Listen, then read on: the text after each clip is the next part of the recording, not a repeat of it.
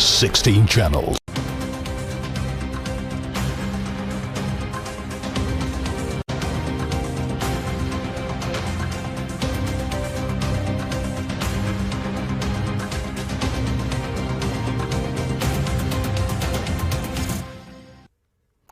नमस्कार, मैं हूं आपके साथ विभा उपाध्याय और आप देख रहे हैं खबर दोपहर। आपको सीधे लिए चलते हैं किशनगंज, जहां पर मुख्यमंत्री नीतीश कुमार इस वक्त जीविका दीदियों के साथ संवाद करते हुए।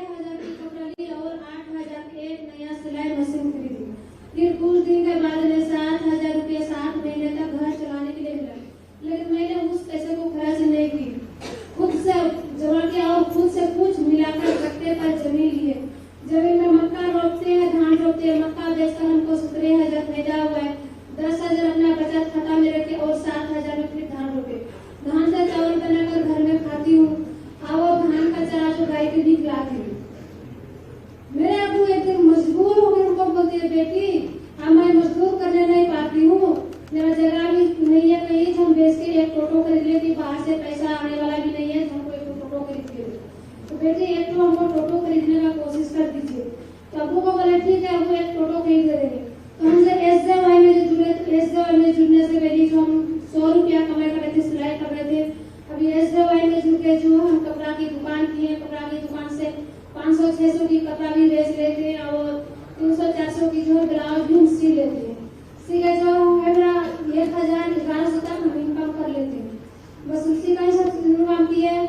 और मेरा अबू को जो है समूह से 30,000 रुपये ऋण कर ली और जो हम जो फायदा किए उस फायदे से 30,000 रुपये लेकर मेरा अबू को एक सेकेंड हैंड टोटो खरीद के दी। जैसे मेरे अबू 300 या 400 की, मेरा अबू को 60 साल उम्र हो गई है, उतना नहीं चलाने पाते थे, जो मेरा अबू 400-500 की आमदनी कर लेते हैं। उसी का हिसाब से जो हम ऋण भी चुका दिए। अभी मेरा दुकान में 40,000 की पूंजी है और पट्टे पर 40,000 में जमीन ली हूँ और बचत खाता में भी 30,000 जमा करके रखती हूँ भविष्य के लिए। जो मेरा कोई कहीं से आने वाला नहीं है, इसलिए भविष्य के लिए हम 30,000 खाता में बचत करके रखते। और मेरा 3 बहन को पढ़ाने नहीं पाते थे गरीब की वजह से। अभी जो SJY में जुटे जो हम तीनों बहन को पढ़ा दी हूँ और अपने गाँव के बेटियों को पढ़ने और हुनर और कम उम्र में शादी कराने के लिए भी मैं समझाती हूँ। अपने गाँव की 8 लड़कियों को और 3 बहन को सिलाई मशीन चलाना सिखाई हूँ ताकि जरूरत पड़ने पर खुद की रोजगार कर सके। मैं बात पर मेरी आप एक दिन खुश होकर उनको बोलती है, बेटी मंतसा मेरी बेटी नहीं है, ये मेरा बेटा है। बेटा की कमाई मेरा मंतसा बेटी करती देती है।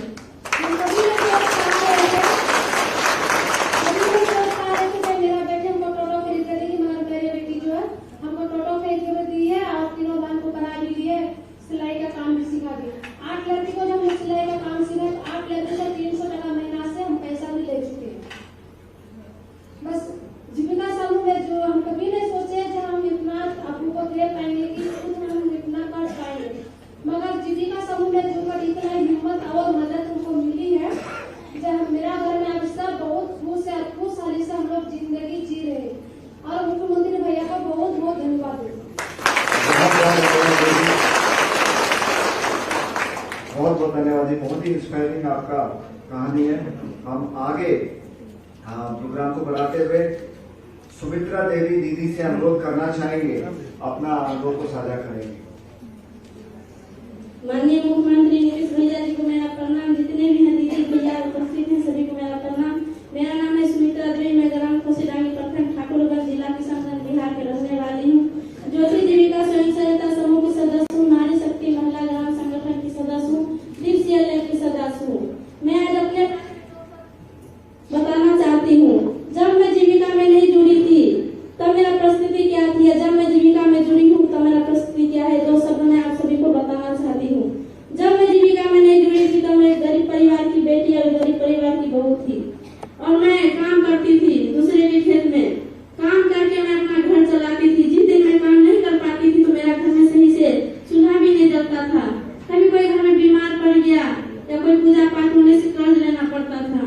कर्ज के नीचे इस तरह दबे रहते थे जो ना मैं बच्चे को पढ़ा पाती थी, ना अच्छा खाना ना अच्छा कपड़ा दे पाती थी। मेरे पति भी बाहर रहा करते थे, कर्ज तोड़ने के चक्कर में सालों सालों बाहर रहते थे और हम बच्चा लेके घर में अकेले रहती थी। कहता है ना, गरीबी और मजबूरी में कोई साथ नहीं देता है। मैं बच्चे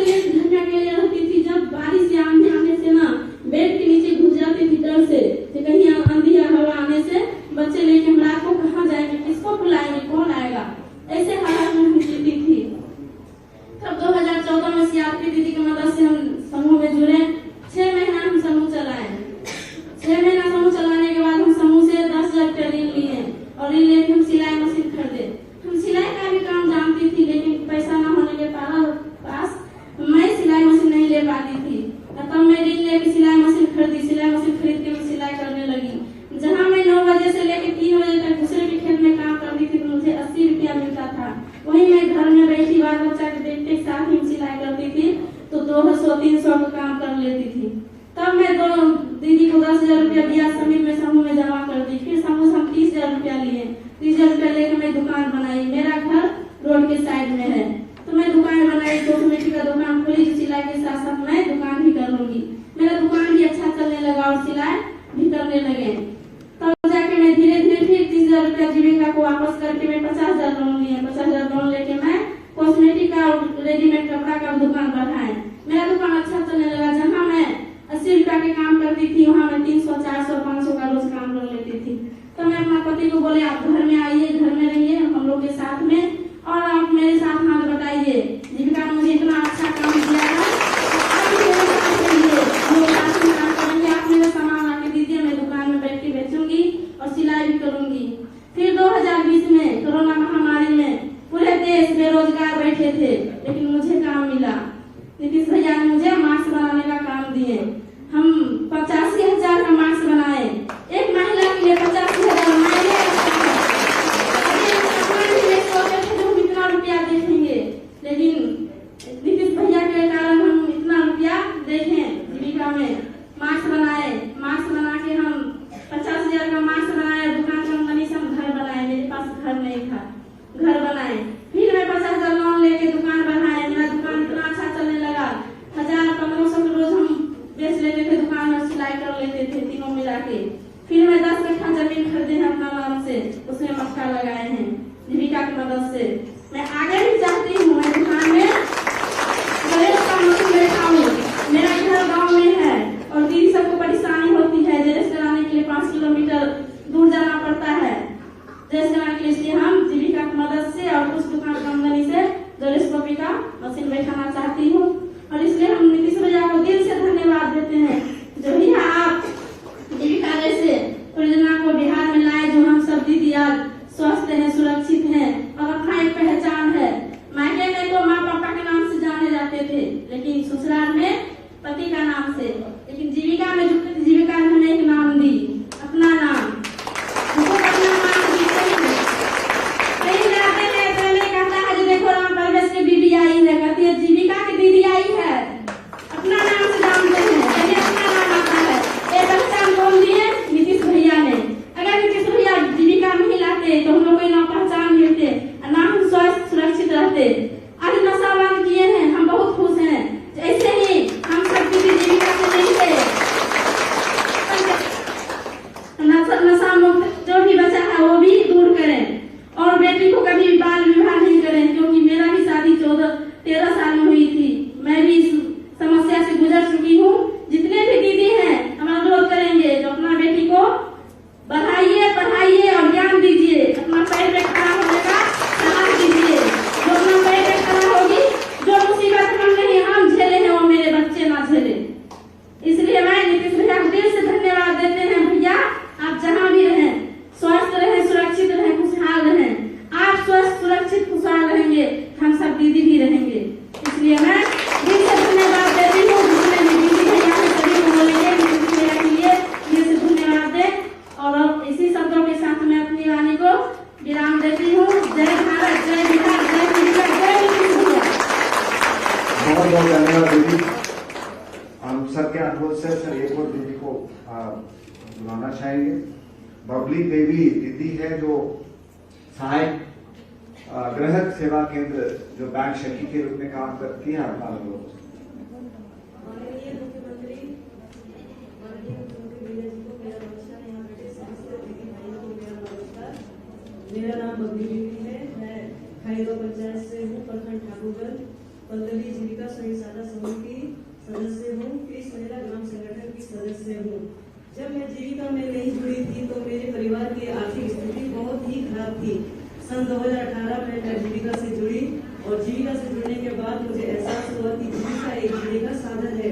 तो मैं समूह में जुड़ी तो मुझे पता चला कि समूह में बैंक द्वारा ऋण दिया जाता है।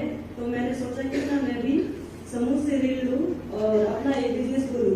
तो मैंने बैंक द्वारा समूह से 10,000 रुपये ऋण लिया और मैंने एक सिलाई मशीन और मेरे पति ने एक छोटा सा फल का दुकान खोला। मैं 12वीं तक पढ़ी लिखी हूँ। मैंने पढ़ाई के साथ साथ कंप्यूटर कोर्स भी किया था और मैं चाहती थी कि मैं आगे कुछ और करूँ। तब 2020 में मुझे बैंक सखी के बारे में पता चला और मैंने बैंक सखी के लिए अपना नाम उसमें दिया और मेरा नाम चयन किया गया। चुनने के बाद मुझे पुण्य 1 हफ्ते के लिए ट्रेनिंग के लिए जाना पड़ा और ट्रेनिंग में हम लोग का ऑनलाइन एग्जाम भी हुआ। ऑनलाइन एग्जाम में मैंने अच्छे नंबरों से पास किया। उसके बाद मुझे बैंक सखी का सर्टिफिकेट दिया गया। बैंक सखी का सर्टिफिकेट लेके मैं गांव आई। गांव में मैंने अपने घर पे ही ग्राहक सेवा केंद्र खोला। आसपास की दीदियों को भी बताया। बिजनेस बढ़ाने के लिए मुझे पूंजी की आवश्यकता थी, तो मैंने समूह से 2021 में 30,000 रुपये ऋण लेके अपने गांव में एक छोटा सा ग्राहक सेवा केंद्र खोला और महिला ग्राम संगठन की मीटिंग में जाकर मैंने सभी दीदियों को बताया कि दीदी, आप लोग जो बैंक जाती हैं यहाँ से 30 किलोमीटर दूर है और 100 रुपये भाड़ा लगता है। मुझे जीविका द्वारा बैंक सखी चुना गया है और मैंने एक छोटा सा ग्राहक सेवा केंद्र खोला है। आप सभी दीदी समूह का पैसा जमा और अपना पैसा निकासी मेरे पास आकर कर सकती है। आपका समय भी बचेगा और आपका पैसा ही बचेगा। इससे हम 2 टका कमा भी पाएंगे। अभी हम खुशहाल हैं और मेरे 3 बच्चे हैं। मैं अपने बच्चे को पढ़ाती लिखाती हूँ और उनका ध्यान भी अच्छे से रख पाती हूँ। नीतीश कुमार भैया जी को मेरा धन्यवाद देती हूँ।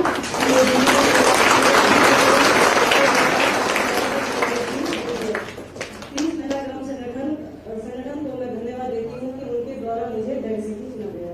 धन्यवाद। बहुत बहुत धन्यवाद दीदी। सर, आज 300 दीदियां उपस्थित है सर। इधर 2,24,000 दीदी जीविका में जुड़े हुए इस जिला में। आप सभी जीविका दीदियों की ओर से हम सर से अनुरोध करना चाहेंगे सर, उपस्थित जीविका दीदियों को आपके आशीष वचन, आपका मार्गदर्शन।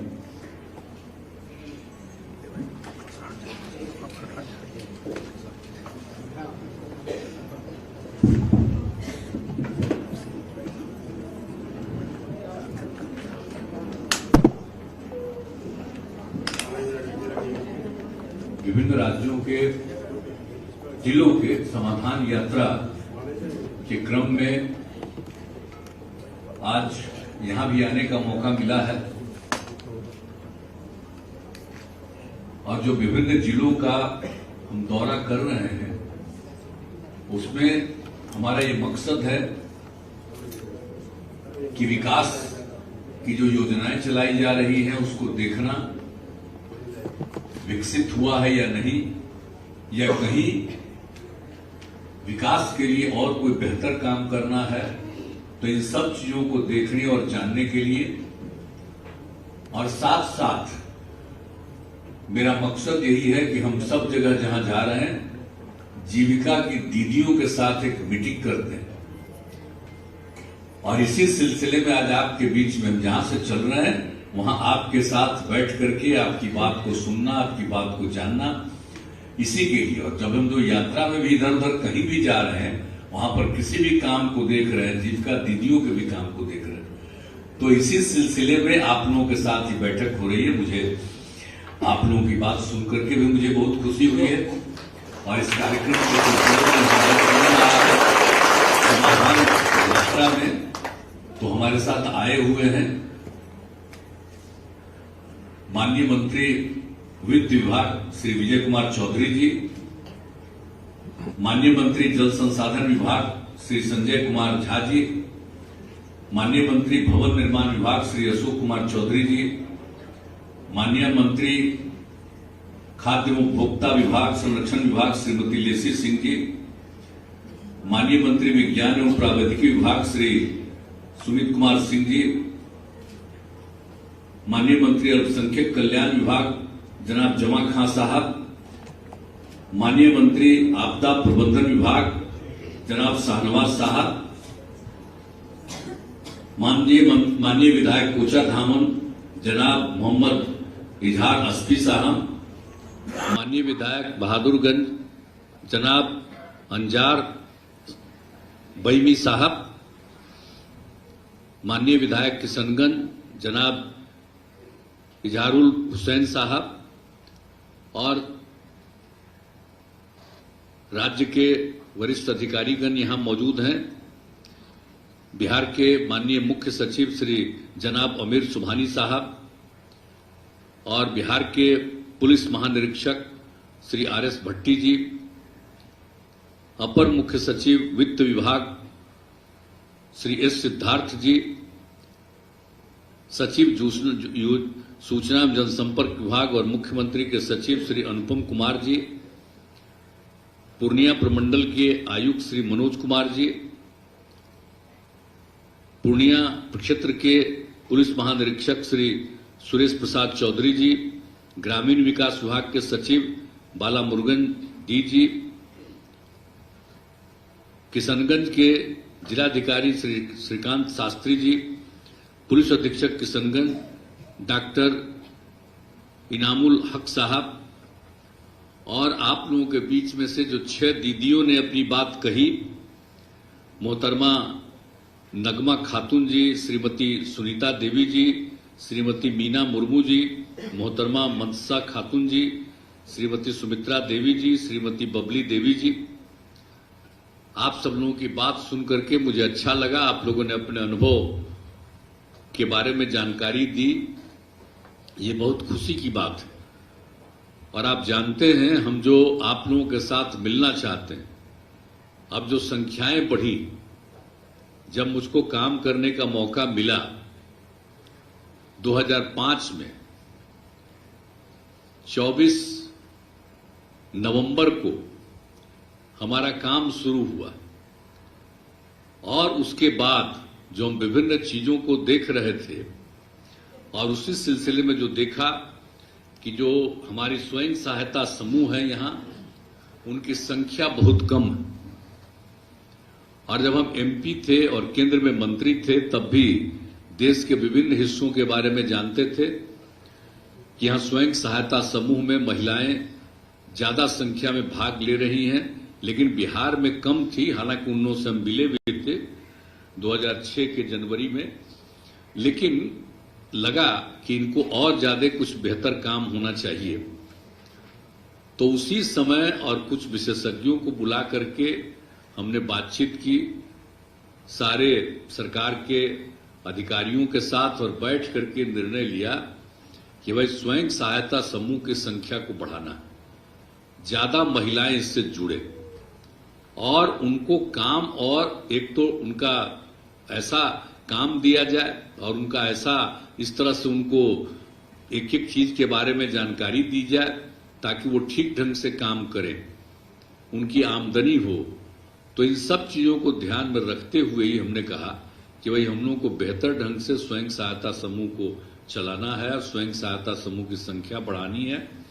और उसी सिलसिले में जो हम घूम रहे थे, और जो भी हम देखते थे कि हमारी महिलाएं इसमें शामिल होंगी, आगे बढ़ेंगी, तो इसीलिए हमने उसका नामकरण कर दिया था जीविका। अब आप जीविका दीदियां कहलाती, और जीविका नामकरण कर दिया। और जो स्वयं सहायता समूह की संख्या बढ़ाने का हमने निर्णय लिया, हमने कह दिया कि भाई अब स्वयं सहायता समूह की संख्या कम से कम 10 लाख होगा बिहार में, और इसके लिए काम करना शुरू किया। आज जो उसमें जुड़ेगी सब जीविका दीदियां कहलाएंगी, और इस तरह से काम हमने, और जो पहले होता था उससे बेहतर करवाना शुरू किया। तो यहां का जो काम होना शुरू हुआ, तो इसके बारे में चर्चा होने लगी बाहर। और उस समय जो केंद्र सरकार के मंत्री थे वो आए, आज वाले केंद्र सरकार नहीं, उस समय के केंद्र सरकार की बात हम कर रहे हैं, ये 7 की बात हम कर रहे हैं 2000 से। तो उन लोगों को भी मालूम हुआ, और उसके बाद वो लोग यहां आए कि भाई आपने तो बड़ा अच्छा काम किया है, और इतना ज्यादा काम हो रहा स्वयं सहायता समूह में, आपकी संख्या तो बहुत कम थी, और आप संख्या बढ़ रही है, और दूसरी बात है आपने जीविका कह दिया है, जीविका दीदियां। तो उन लोगों ने भी देखा, और उसके बाद केंद्र सरकार ने उस समय तय कर दिया पूरे देश में जो स्वयं सहायता समूह है सारे देश का है, तो इस स्वयं सहायता समूह में जो पूरे देश के लिए भी उन लोगों ने नामकरण कर दिया आजीविका, यानी बिहार में जीविका और देश भर में आजीविका, यानी बिहार की जीविका देश भर में आ जाए। तो भूलिएगा मत आप लोग, नामकरण आपका हुआ जीविका तो देश भर में आजीविका। आई बहुत पहले की बात है। ऐसा ना हो कि आजकल प्रचार करने वाला लोग है बहुत ज्यादा, तो उस चक्कर में मत पड़िएगा। मतलब ये बात है बहुत पहले की, और उस समय आपका नामकरण जीविका और देश भर में आजीविका। तो आप समझिए मुझे बड़ी खुशी हुई। अब संख्या तो बहुत बढ़ने लगी। अब आप जान रही हैं ना, अब संख्या हम लोगों की बढ़ करके हो गई 10 लाख से भी ज्यादा। और जो हमने जीविका दीदियां आपका नामकरण कराया है, तो आप जान रहे हैं अब उनकी संख्या हो गई आप लोगों की पूरे बिहार में 1,30,00,000 से ज्यादा जीविका दीदियां हो गई। अब आप समझ लीजिए कितना बढ़ रहा। मेरी इच्छा तो इसको और बढ़ाने की है। जो हम 10 लाख किए थे, अब 10 लाख से आगे बढ़ गया। हमारी इच्छा तो और ज्यादा है। तो हम जब भी निकलते हैं, जब से हमने आप लोगों के लिए काम किया और अन्य काम किया, सबको देखते हैं, लेकिन आप लोगों का भी काम हम देखते रहते हैं। और मुझे बड़ी खुशी होती है कि भाई आखिरकार हमने जो काम शुरू कराया, ये आखिर क्यों शुरू कराया। इसलिए कि आप जानते हैं कुछ अमीर परिवार में भले ही महिलाओं का कहीं कहीं कुछ काम रहता हो, लेकिन ज्यादातर गरीब परिवारों की, सामान्य परिवारों की, चाहे कोई हो, हिंदू हो, मुस्लिम हो, कोई हो, किसी भी जात की हो, तो जो गरीब गुरबा तबके के लोग हैं उनमें महिलाओं को कोई काम नहीं, और तो घर में सेवा करती ही रहती थी और जरूरत पड़ने पर खेत में भी चली जाती थी, लेकिन उनके जिम्मे कोई काम नहीं था। अब ऐसी स्थिति तो मेरी इच्छा थी ना भाई कि खाली मर्द काम करेगा तभी होगा, परिवार आगे बढ़ेगा। अगर महिला भी काम करेगी और पुरुष भी काम करेंगे, दोनों काम करेंगे, तो परिवार बहुत आगे बढ़ेगा, तरक्की होगी। इसीलिए हमने ये काम शुरू कराया कि हर जगह एक तो जीविका दीदियां बने, स्वयं सहायता समूह बढ़े। लेकिन उसके साथ साथ पढ़ने में कितनी संख्या कम थी। ज्यादातर गरीब तबका था। 5वें क्लास के बाद बेटियों को नहीं पढ़ा पाते थे। कहा कि 5वें क्लास के बाद आगे पढ़ने के लिए भेजते तो उसके लिए जो कपड़ा देना होता, वस्त्र तो नहीं दे सकती थी, तो नहीं होता था। जब हम लोगों को मौका मिला तो हमने वही ना शुरू किया कि 8वें क्लास तक शुरू करो। फिर हमको लगा कि 8वें क्लास तक वस्त्र का तो शुरू कर दिया। तब हमको लगा कि भाई 8वें क्लास तक खाली और आगे पढ़ेगी, तो हमने फिर 9वां क्लास से आगे के लिए हमने साइकिल योजना शुरू करा दी। अब कोई लड़की साइकिल नहीं चलाती थी, पढ़ाई नहीं चलाती थी। अब कुछ लोग मेरी आलोचना करने लगे कि भाई आप लड़की को साइकिल दीजिएगा, लड़की को कोई तंग करेगा। हमने हंसते हुए कहा था कोई लड़की को तंग नहीं करेगा, हर परिवार की लड़की को पढ़ने के लिए हम लोग ये देने जा रहे हैं, इसलिए कोई किसी को तंग नहीं करेगा। अब आप सोच लीजिए, जब लड़कियां साइकिल चलाकर चलने लगी कितनी खुशी हुई, और जब स्कूल से में पढ़ने लगी, संख्या बढ़ने लगी लड़कियों की, और जब घर आ जाती थी स्कूल से तो अपने पिता या माता को उठा करके बाजार भी ले जाती थी साइकिल पर चढ़ाकर। आप जरा कल्पना कर लीजिए, ये सब 8-9 की बात आप लोगों को कह रहे हैं। वहां से शुरू करवाया और कितनी महिलाएं आगे आने लगी, अब कितनी लड़कियां पढ़ने लगी, इसलिए हमने ये काम शुरू कराया। अब बाद में 10-11 से जब घूमते रहते थे तो लड़का सब कहता था बाबू सुन सुन। हम कहे कहो ना भाई, तो हमको भी दीजिए। तो हम कहा ठीक है तुमको भी दे देंगे। तो बाद में 11 के बाद हम लड़का को भी देना शुरू किए, वो अलग बात है, लेकिन लड़कियों के लिए काम शुरू किया और कितना अच्छा काम हुआ। अब पढ़ाई तो सब पढ़े। अरे भाई खाली लड़का पढ़ेगा, लड़की भी पढ़ेगी तभी ना चीज होगा। तो बहुत जरूरी था, वो भी काम हम लोगों ने कर दिया। और उसके बाद महिलाओं के लिए क्या किया हम लोगों ने, 5 में या 6 में ही पंचायत का चुनाव, तो हम लोगों ने क्या किया, केंद्र में कानून बना था 93-94 में, और जब वो कानून के लिए कमेटी बनी थी लोकसभा राज्यसभा की, तो हम तो लोकसभा के सदस्य थे, हम भी उस कमेटी के मेंबर थे, हम उसमें खूब लगे हुए थे। और उसके बाद उसमें तय हुआ था कि जब भी कहीं पंचायत का चुनाव होगा उसमें कम से कम 1/3 महिलाओं के लिए भी आरक्षित रहेगा। उस समय का तय कम से कम 1 लाख। और जब हमको यहाँ काम करने का मौका मिला तो हमने कहा भाई कम से कम 1 लाख न, ये 1/3 तय किया है। हम बिहार में महिलाओं के लिए 50% का करेंगे आरक्षण। और देखिए 6 में चुनाव हुआ, अब तो 4 बार न हो गया पंचायत का।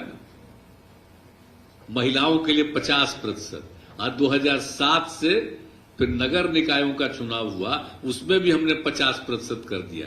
तब महिलाएं चाहे पंचायती राज संस्थाओं में हो या नगर निकायों में हो, आधा से ज्यादा महिलाएं हो रही हैं। तो इसके लिए तो आप समझ लीजिए ना।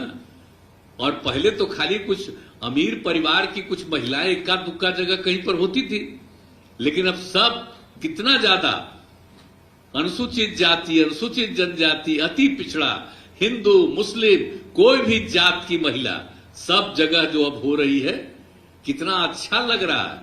और जब हम लागू किए थे तो कुछ लोग तो मेरे खिलाफ बोल रहे थे कि आप कर दीजिएगा, महिला को इतना दे रहे हैं तो हम लोगों के घर में महिला खाना बनाती है, अब हम ही को ना खाना बनाना पड़ेगा। तो हम चलिए, आप जो भी बोलना हो बोलते रहिए, हम तो चाहते हैं महिलाओं को आगे बढ़ाएं।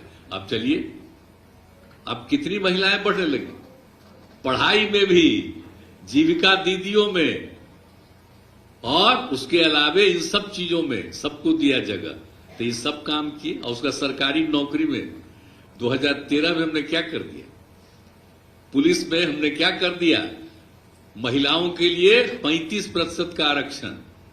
और आप जानते हैं कितना इक्का दुक्का महिलाएं थी।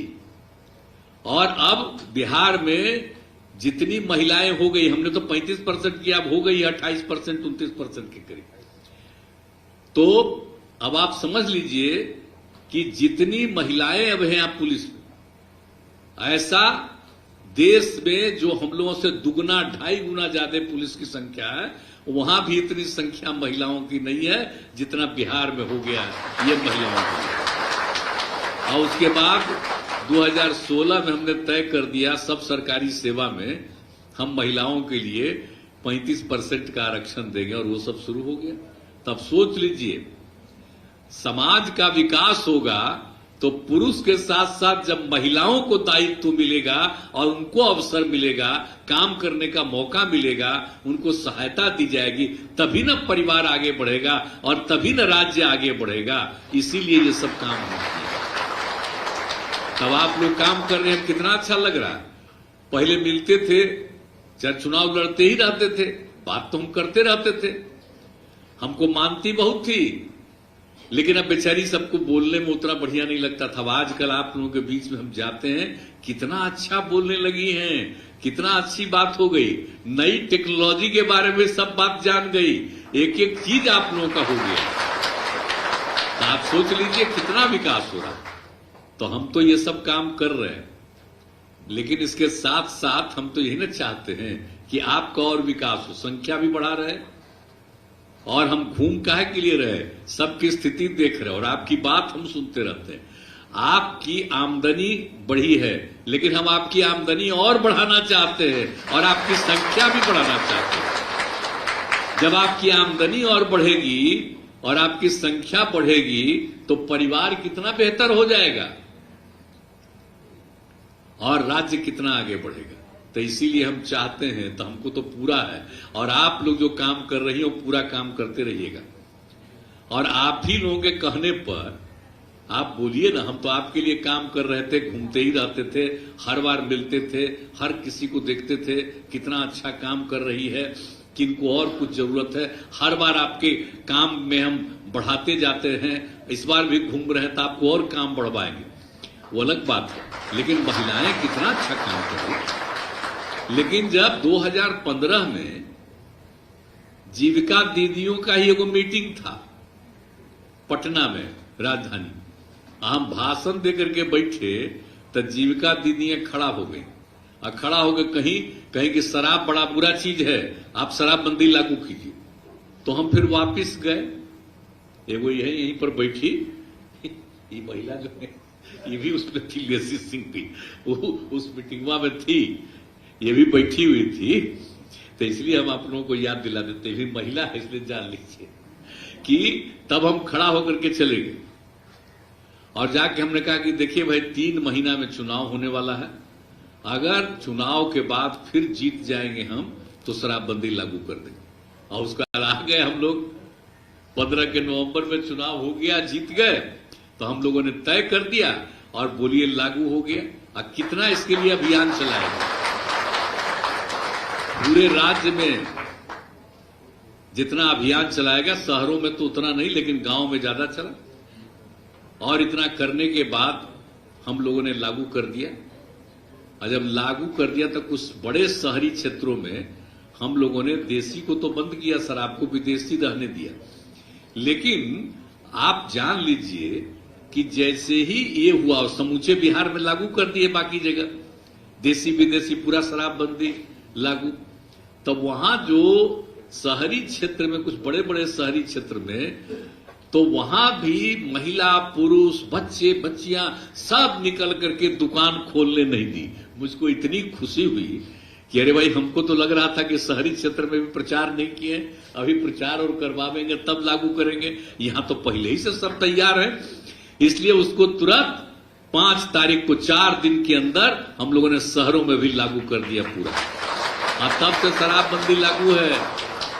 और जब लागू हुआ तो सब जगह घूमते हुए आप ही लोगों से, महिलाओं से, जीविका दीदियों के साथ बातचीत हुई, तो उसी में से किसी ने कहा वही मेरा पति शराब पीता था, नौकरी करता है और घर लौट करके आता था, शराब पी करके झगड़ा करता था और कुछ बाजार से लाता नहीं था।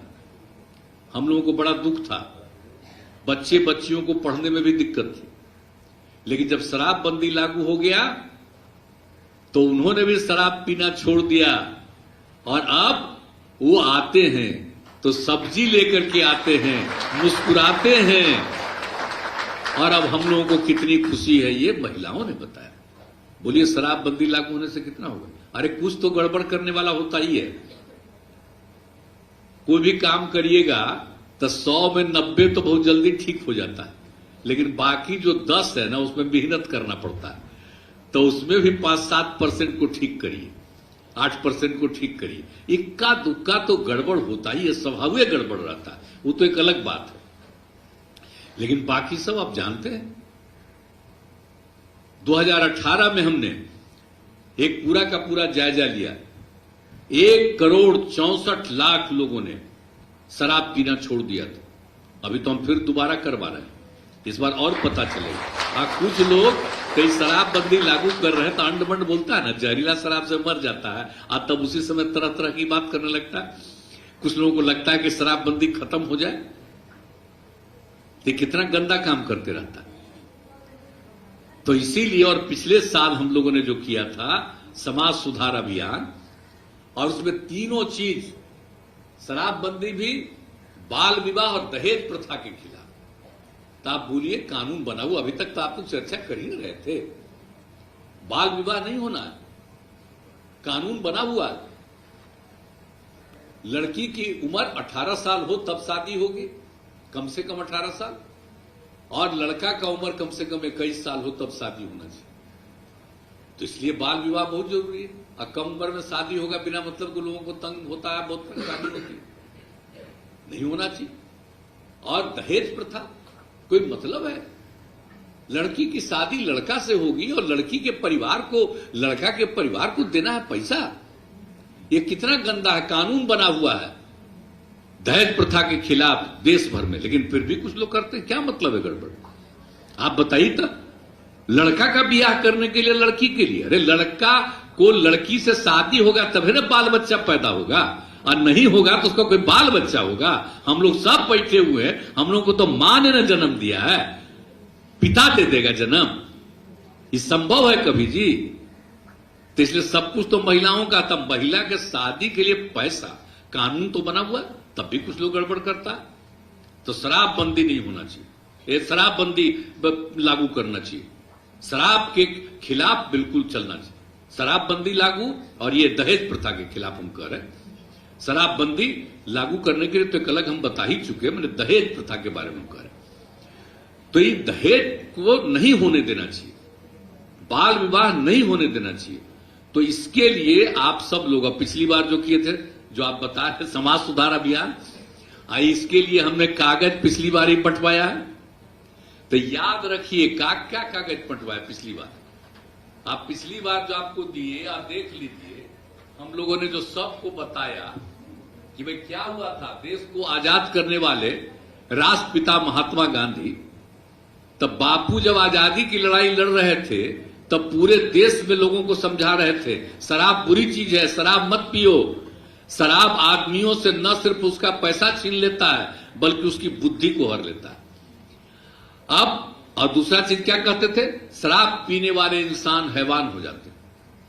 अब आप बताइए, जो राष्ट्रपिता जिन्होंने देश को आजाद कराया और वो आजादी की लड़ाई में ये बोलते रहते थे, तो इसलिए हमने लिख करके दे दिया एक एक आदमी को, भाई आजाद करने वाले और अपने बापू के बारे में जो बात है इसको एक एक आदमी को जानना ना चाहिए।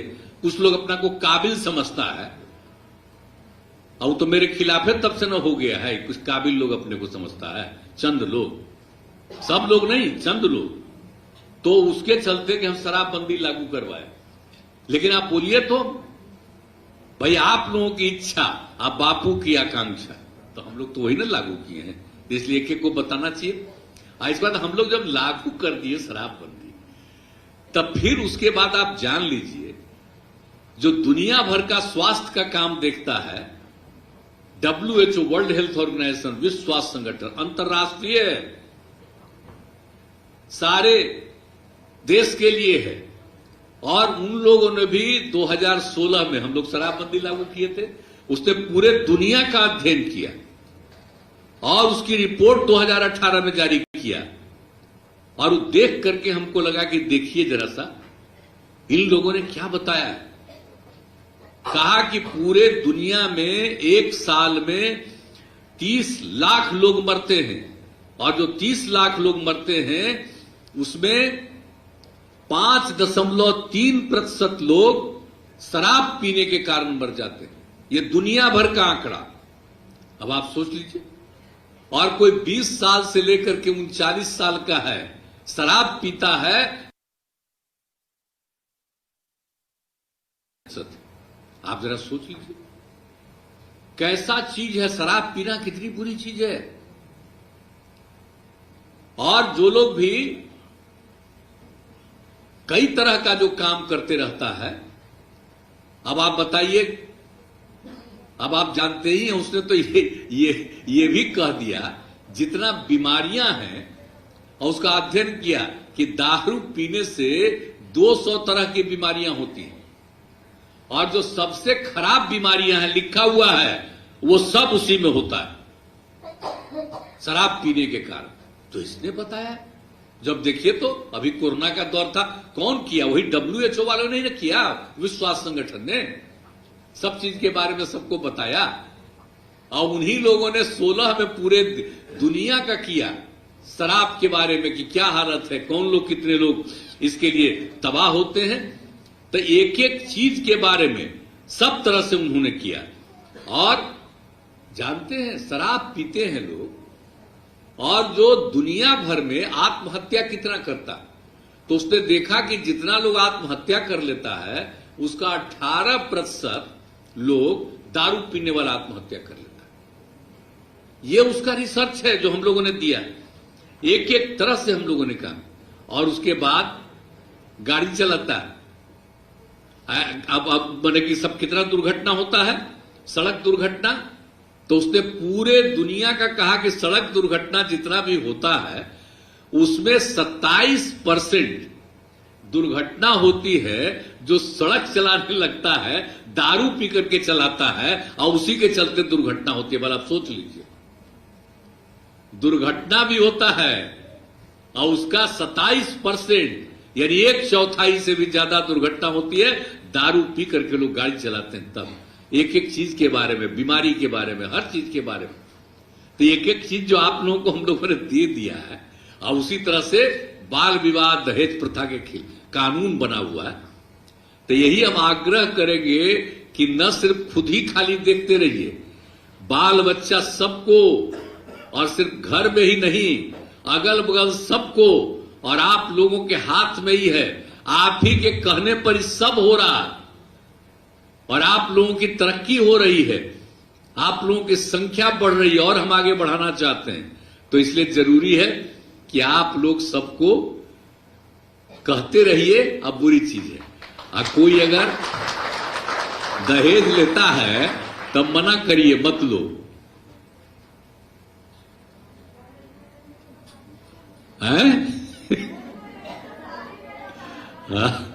तो उसके बाद तो उसमें एकदम मत, अगर कोई ले आप लोग कहने पर नहीं लेता तब उस हालत में उसके शादी में जाइए ही नहीं। तो जब कोई नहीं जाएगा तब पता चल जाएगा ना कि दहेज लिए हुए। कानून बना हुआ है कितना, तो एक एक तरह से। और बाल विवाह के लिए भी सबको समझाइए।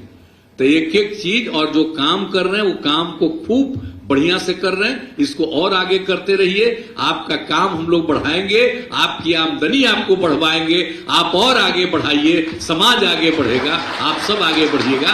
लेकिन साथ साथ समाज के उत्थान के लिए प्रेम और भाईचारे का भी भाव रखिए।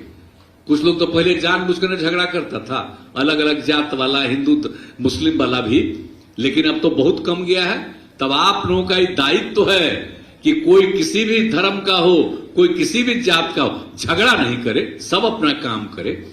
और इसी के लिए प्रेम और भाईचारे का भाव पैदा करना चाहिए। ये भी आप लोगों का काम है। अब बाकी जो 3 चीज कह दी उसके लिए काम है। और खूब मेहनत करके काम करते रहिएगा। और आपको हम पुनः 2 बार कह चुके हैं, आपको तीसरी बार कह रहे हैं, हम घूम इसलिए रहे हैं कि आपकी संख्या बढ़वाएं और आपकी आमदनी बढ़वाएं, ताकि बिहार का विकास हो।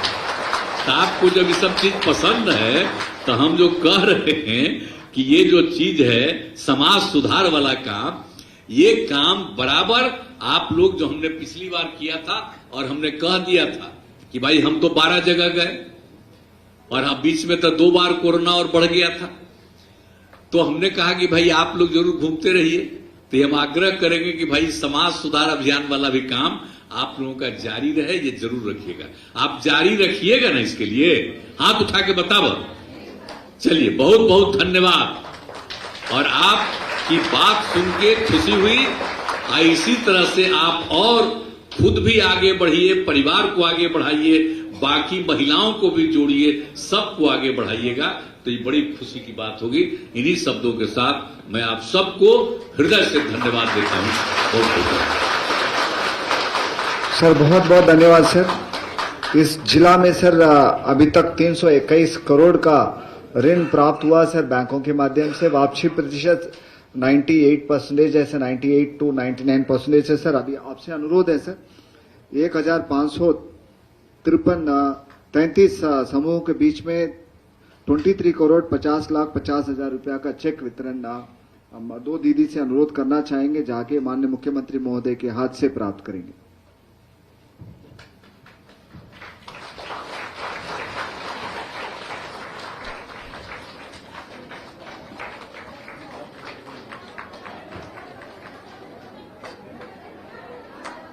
दिलफरोज बेहमदी, रूबी श्रीवास्तव जी माननीय मुख्यमंत्री महोदय से चेक का प्राप्त किया है।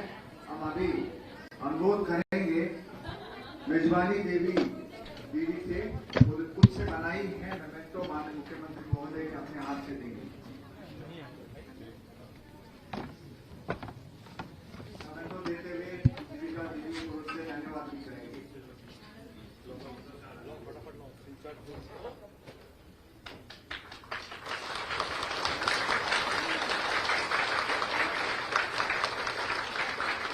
हम साथ अनुरोध करूंगा प्रतिमा देवी दीदी, अनिता देवी दीदी से उपस्थित सभी माननीय मंत्रीगण का, उपस्थित मुख्य सचिव महोदय, डीजीपी, एसीएस, फाइनेंस, सभी पदाधिकारी को मेमेंटो देंगे।